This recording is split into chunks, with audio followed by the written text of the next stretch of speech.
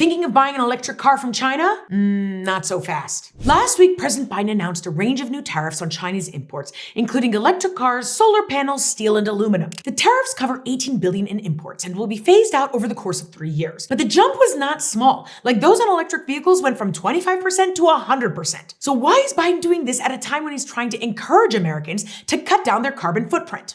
Geek out with me.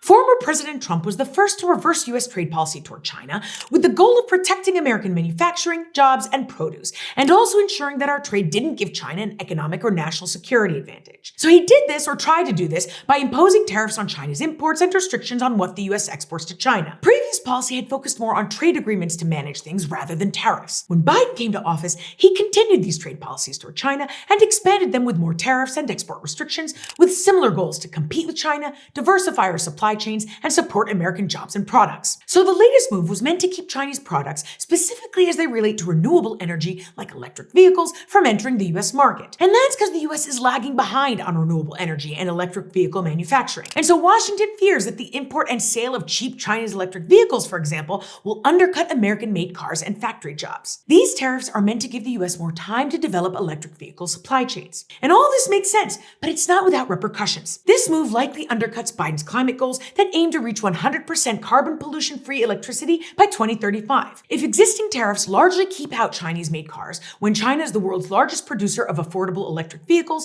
then the prices for these cars jump and people in the US are less likely to spend on them. The new import taxes on solar panels and batteries could also slow track the emissions reduction policies that are central to our transition to renewable energy. And the move to increase tariffs on steel and aluminum will increase prices on other green energy products, as if things weren't expensive enough. But the Biden administration's view is that basically it's a bitter pill to swallow for a short period of time in order to prioritize domestic manufacturing and jobs.